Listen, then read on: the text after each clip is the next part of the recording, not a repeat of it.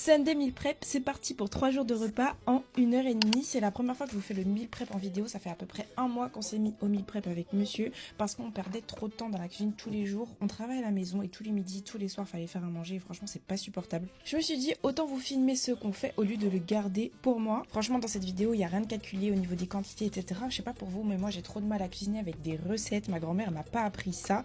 Mais en tout cas, juste pour vous dire que là, c'est pas un exemple de repas healthy à 100% en termes de quantité, mais c'est ce qu'on fait et c'est ce qu'on mange tout le temps, des protéines, des féculents et des légumes à chaque repas. J'essaie déjà de prendre le rythme de faire des meal prep toutes les semaines et après on verra pour les quantités. Au menu, il y a de la dinde qu'on a fait mariner dans du soja sucré, de la sauce huître, il n'y avait pas de miel donc j'ai mis du sirop d'agave, des légumes, des poivrons, des champignons. On a aussi fait des légumes, du riz, des pâtes, des patates douces et on avait déjà préparé du poulet la veille. Vient le moment de mettre dans les tupperwares, on s'est bien équipé, on a acheté plein de tupperwares ces derniers temps.